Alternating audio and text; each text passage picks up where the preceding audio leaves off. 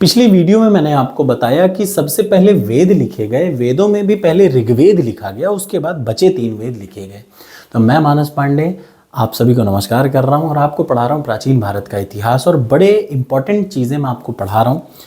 आप अगर एक भारतीय हैं तो ये सारी चीज़ें आपको पता ज़रूर होनी चाहिए। आप इसको सब्जेक्ट से मत जोड़िए, लेकिन आपको एक एक चीज़ों के बारे में पता ज़रूर होना चाहिए। तो चलिए आपको मैं बताता हूँ वेदांग क्या है।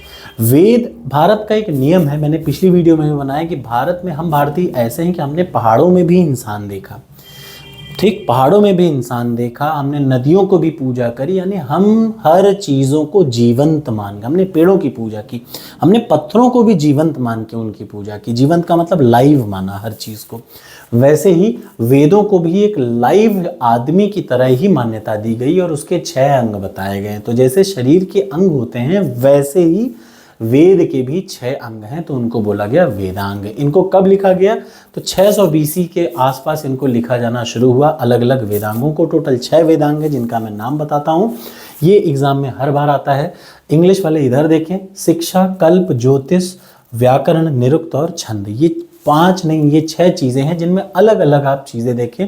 शिक्षा का मतलब फोनेटिक्स, फोनेटिक्स का मतलब होता है स्वर विज्ञान, स्वर विज्ञान होता है शिक्षा। याद रखिए एक एक चीज़ का ये नाम जरूरी है क्योंकि मैच द कॉलम अक्सर आ जाता है। जो शिक्षा है वो है स्वर विज्ञान। फिर कल्प, कल्प का मतलब अनुष्ठान विज्ञान, जो रिचुअल साइंस है उनके बारे में, जितने रिचुअल्स हैं उनके बारे में कल्प है, ठीक। फिर अगला है क्या? ज्योतिष, यानी एस्ट्रोनॉमी के बारे में जो बताता है वो है ज्योतिष या खगोल विज्ञान। फिर आता है व्याकरण, मीन्स ग्रामर, सारे ग्रामर, ठीक। फिर आता है निरुक्त, मतलब निरुक्त का मतलब होता है व्युत्पत्ति, या फिर सिंपल सा समझिए तो एटिमोलॉजी। और सबसे लास्ट में आता है छंद यानी मैट्रिक्स, छंद यानी मैट्रिक्स। अब इसमें जो कल्प है उसके बारे में भी आप जान लीजिए, ये भी एग्जाम में अक्सर आता है। जो कल्प है ना, कल्प को 3 भागों में याद रखिएगा। जो कल्प है उसके भी अलग अलग भाग हैं। जैसे यहाँ पे देख लीजिए, द कल्प इज फर्दर डिवाइडेड इनटू 100 श्रौता सूत्र और गृह्य सूत्र, यानी श्रौत सूत्र और गृह्य सूत्र। विभिन्न प्रकार के यज्ञ और अनुष्ठानों के लिए श्रौत सूत्र, और गृह्य मतलब कंपैरेटिव एनालिसिस के लिए गृह्य सूत्र, और तीसरा जो सूत्र है वो है धर्म सूत्र। तो टोटल 3 टाइप के सूत्र हैं, ये बहुत इंपॉर्टेंट है, याद रखिए।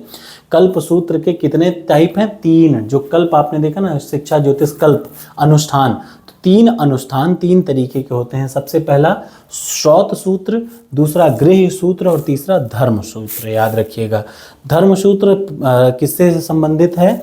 जितने भी अनुष्ठान संबंधित धर्म है उससे संबंधित है ये तीनों सूत्र। ये बहुत बार आ चुका है। कल्प सूत्र कितने टाइप के होते हैं? 3 टाइप के, श्रौत्र, गृह्य और धर्म सूत्र। वीडियो अच्छी लगी हो तो ज़रूर लाइक करिएगा। थैंक यू सो मच, मिलते हैं अगली वीडियो में।